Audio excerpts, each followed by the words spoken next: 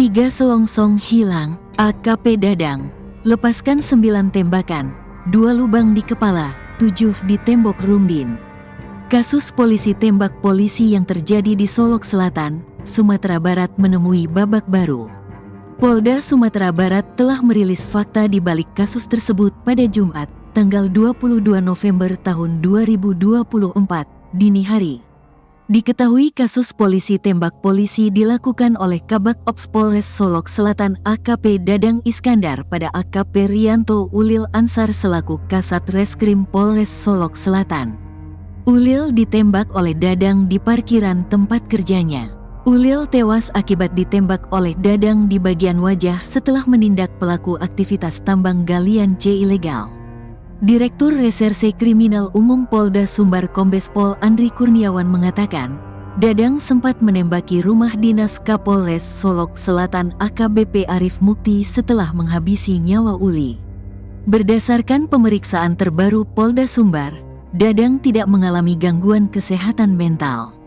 Kapolres berdasarkan olah tempat kejadian perkara, TKP, ada 2 selongsong peluru yang ditemukan di parkiran Polres Solok Selatan, tempat tertembaknya Ulil. Tim Inafis juga menemukan 6 selongsong peluru di Rumdin Kapolres Solok Selatan. Dadang menembaki rumah dinas Kapolres dan Ulil menggunakan 1 pucuk senjata api HS dan 2 magasin berisikan 16 dan 15 butir peluru.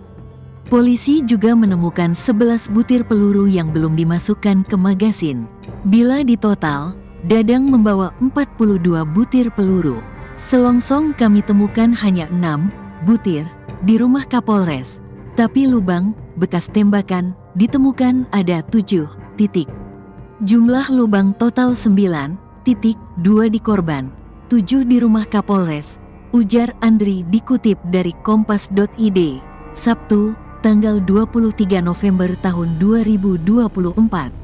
Andri menyampaikan, Rumdin Kapolres ditembaki oleh Dadang pukul 0.15 waktu Indonesia Barat. Lokasi ini berjarak 20-25 meter dari markas Polres Solok Selatan. Saat Dadang melakukan penembakan, Arif sedang berada di Rumdin, namun ia tidak bertemu dengan pelaku dan tidak ada korban maupun saksinya. Sementara ini, hasil olah TKP tidak ada, satu arah saja penembakannya. Ini akan kami lakukan pendalaman kepada tersangka nantinya, jelas Andri. Ia menambahkan, rekaman CCTV masih dibutuhkan dan akan digunakan jika nanti tersorot. Menurutnya, korban sudah bekerja sebagai Kasat Reskrim Polres Solok Selatan kurang lebih 1 tahun.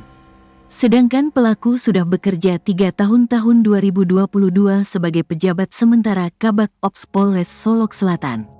Dalam promosi itu, andai kata mereka berprestasi, mereka akan job kompol. Karena peristiwa ini terjadi di luar dugaan kita semua, ini musibah dan kita tidak bisa memprediksi, katanya. Ia menekankan, kedepannya pihaknya akan mengoptimalkan pengawasan agar kejadian seperti ini tidak terulang lagi.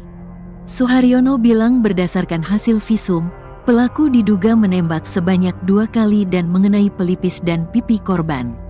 Memang benar ada tembakan. Diperkirakan kalau dari hasil visum dokter itu 2 kali, tembakan mengenai bagian pelipis dan pipi.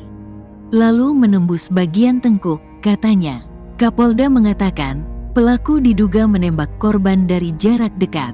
Saat itu, AKP Rianto dan penyidik Satreskrim sedang memeriksa tersangka pelaku tambang ilegal galian C sekitar pukul 0.15 waktu Indonesia Barat. Korban bermaksud mengambil handphone di kendaraannya. Korban diduga diikuti oleh pelaku dan ditembak dengan cara yang sangat tidak manusiawi dan tewas ditembak, katanya. Tapi apapun, dugaan motif masih dalam pendalaman, kita juga belum menyimpulkan. Pendalaman pasti akan mengait-ngaitkan dengan peristiwa sebelumnya dan apa yang terjadi sebenarnya, tambahnya. AKP Dadang Iskandar menyerahkan diri sekitar pukul 3.30 waktu Indonesia Barat, atau lebih kurang 3 jam setelah kejadian penembakan di halaman parkir Polres Solok Selatan. Awalnya memang kita tak tahu pelaku akan menyerahkan diri, karena jarak antara Solok Selatan dan Padang kalau malam 3 jaman. Tapi saya dapat informasi tadi saat kami memerintahkan tim bergerak mencari dan menemukan dalam selamat. Tadi pagi kurang lebih pukul 3.30 waktu Indonesia Barat saya dapat informasi dari Pak Waka, Pak Irwasda, SPKT yang bersangkutan, pelaku, menyerahkan diri, katanya. Irjen Suharyono menegaskan AKP Dadang bakal diberi sanksi pemberhentian dengan tidak hormat, PTDH, alias pemecatan. Ia bahkan memastikan proses PTDH akan rampung dalam pekan ini. Setelah proses selesai, Suharyono mengungkapkan bakal melaporkan hasilnya ke Kapolri Jenderal Listio Sigit Prabowo.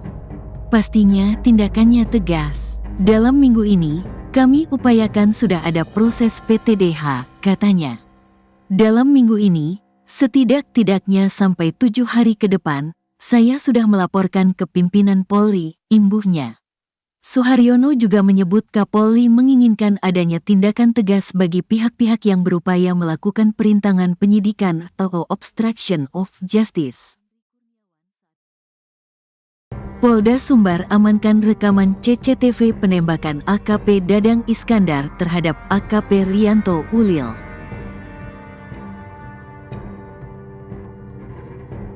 Kabid Humas Polda Sumbar, Kombes Pol Dwi Sulistiawan, membenarkan adanya kamera CCTV di kantor Polres Solok Selatan. Ia di dalam ada beberapa kamera CCTV, kata Kombes Pol Dwi Sulistiawan. Pihaknya saat ini sedang melakukan pengecekan lebih lanjut terkait CCTV tersebut. Dia belum menjelaskan secara rinci terkait hasil rekamannya yang terdapat dalam CCTV tersebut. Saat ini sedang kita cek, kata Kombes Pol Dwi Sulistiawan. Untuk isi rekaman dari CCTV tersebut, diakuinya sudah diamankan. Kapolres selamat setelah rumah dinasnya diberondong peluru. Sementara itu, Polres Solok Selatan AKBP Arif Mukti selamat dari penembakan Kabak Ops Polres Solok Selatan AKP Dadang Iskandar. AKP Dadang Iskandar memberondong rumah dinas Kapolres Solok Selatan dengan 7 tembakan. Aksi brutal itu dilakukan AKP Dadang usai dia menembak mati Kasat Reskrim Polres Solok Selatan AKP Rianto Ulil. Hal itu dikatakan Dirkrimum Polda Sumbar Kombes Pol Andri Kurniawan saat jumpa pers di Mapolda Sumbar, Sabtu, tanggal 23 November tahun 2024, siang. Andri menjelaskan, usai menembak AKP Rianto Ulil, ia melepaskan tembakan ke rumah dinas Kapolres. Kalau kita melihat jumlah lubang ada 9, 2 di korban, kemudian 7 di rumah Kapolres, kata Andri. Beberapa kaca kamar di rumah dinas tersebut berlubang akibat peluru itu. Adapun di rumah dinas Kapolres hanya 6 selongsong peluru yang ditemukan. Andri mengatakan, di rumah dinas Kapolres itu, pihaknya menemukan 5 proyektil, sementara satu lainnya sudah berupa serpihan. Andri menjelaskan, rumah dinas Kapolres lebih kurang 20 hingga 25 meter dari Mapolres Solok Selatan. Saat kejadian, posisi Kapolres sedang berada di dalam rumah. Arif Mukti dipastikan tidak terkena tembakan. Dirkrimum juga mengatakan, saat itu Arif Mukti tidak bertemu dengan Dadang. Saat ditanya soal motif Dadang juga menembak ke rumah Kapolres, Andri menyebut pihaknya masih mendalami. Motif itu yang sedang didalami. Pemeriksaan masih berjalan, imbuhnya.